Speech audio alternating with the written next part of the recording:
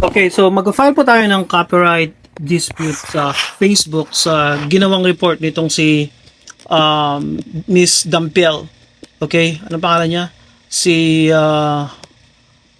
Joyce Tolentino Dampel na nag-claim lahat.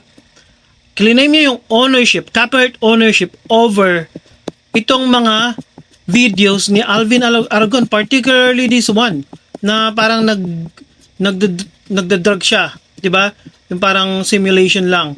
Hindi naman siya nag-DD, pero yun yung ginagawa niya, yan. Claim niya.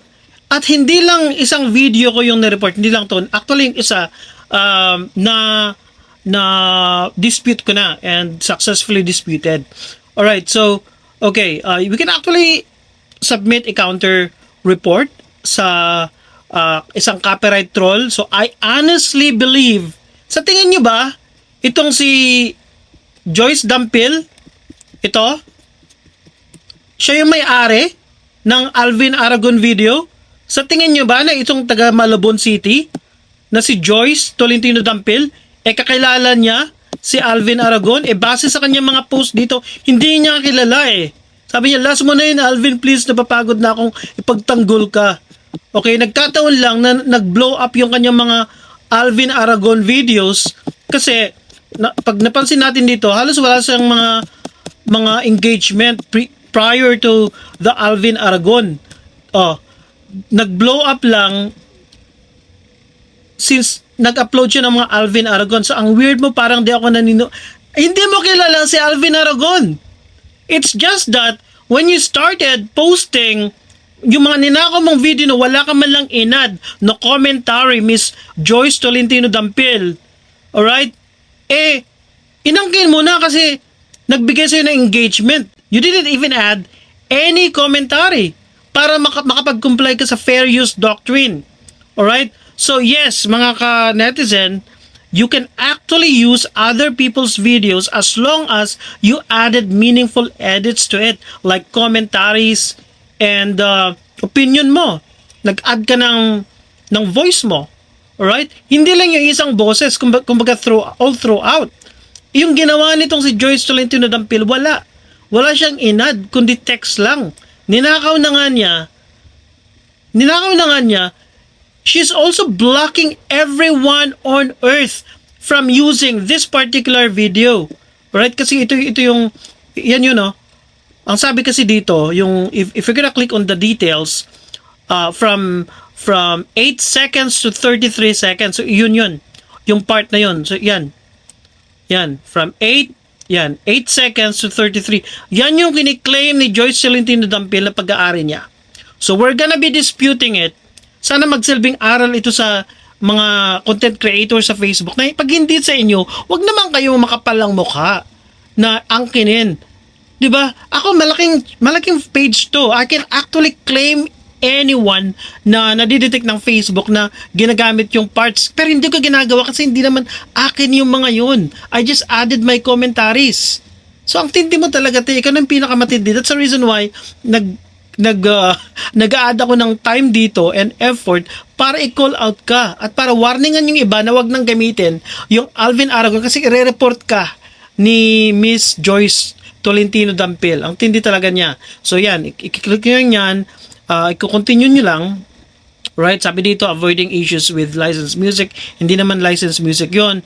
Kasi nga, I'm using music na nagbabayad ako. I'm paying music for the audio ng videos ko. So, alright. So, dito, what would you like to do? Accept changes, submit dispute, or remove video. So, we're gonna be submitting dispute.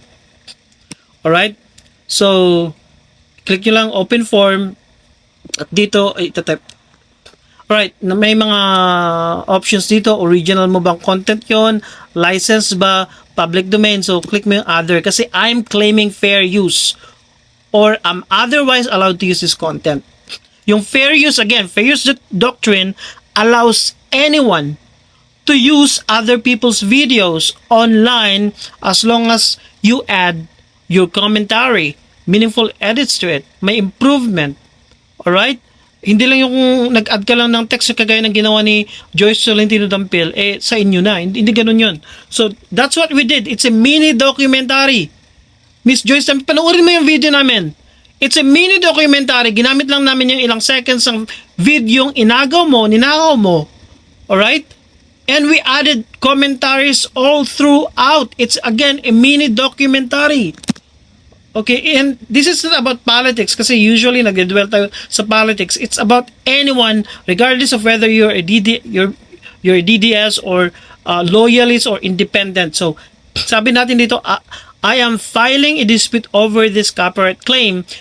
My use of the video falls under fair use. You can actually copy this, take a screenshot and copy. Alright? Because I added original commentary throughout the entire clip, transforming it into a mini documentary with new context and analysis.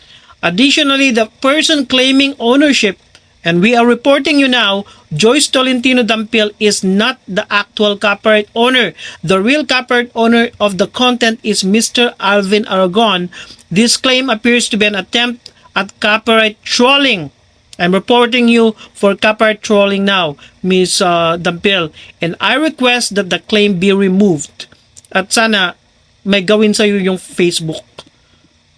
And we're submitting it now. Okay, so, yan.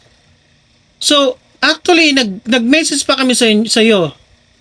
Alright, dito.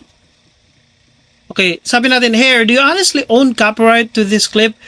Why are you blocking everyone on the planet from using it when you're obviously not the real copyright owner? Sabi natin, bakit? Anong karapatan mo? You didn't even add your own commentary. You just uploaded it without any meaningful changes. In our case, we added our commentary and the video you blocked worldwide. Worldwide talagang tindi niya. Okay? Is a mini docu. Just imagine if people like you acting as copyright trolls and re-uploading other people's videos were the ones dominating Facebook, ma'am. Imagine nyo na lang kung lahat na lang i-claim nito, magdinenok siya ng video online, tapos ibablock niya yung lahat ng gustong mag-upload ng certain clips lang, ilang seconds lang, siya na lang yung natitira. Okay? Kaya Miss Joyce Tolentino Dampil, alright, Ms. Dampil, again, we're asking you a question. Sa'yo ba yung video? Video eh. So bakit mo kiniklaim na sa'yo yung lahat yun? Sa'yo, hindi naman sa'yo yun, te. Papalagpasin ko na sana, kaso, antindi mo, you're blocking everyone, hindi lang ako. Lahat ng nag-upload ng Alvin Aragon video, basically, that's what you did. And have a good day. I'll, update you kung kasi yung unang dinispute natin ay pinayagan tayo ng Facebook, positive result yung nangyari. So this one, another one, kasi nga lahat na lang ng Alvin Aragon nire-report mo, binablock mo. Hindi naman sa iyo yun, te. Antindi mo, President of Malabon Citizen Welfare Association pa naman daw siya.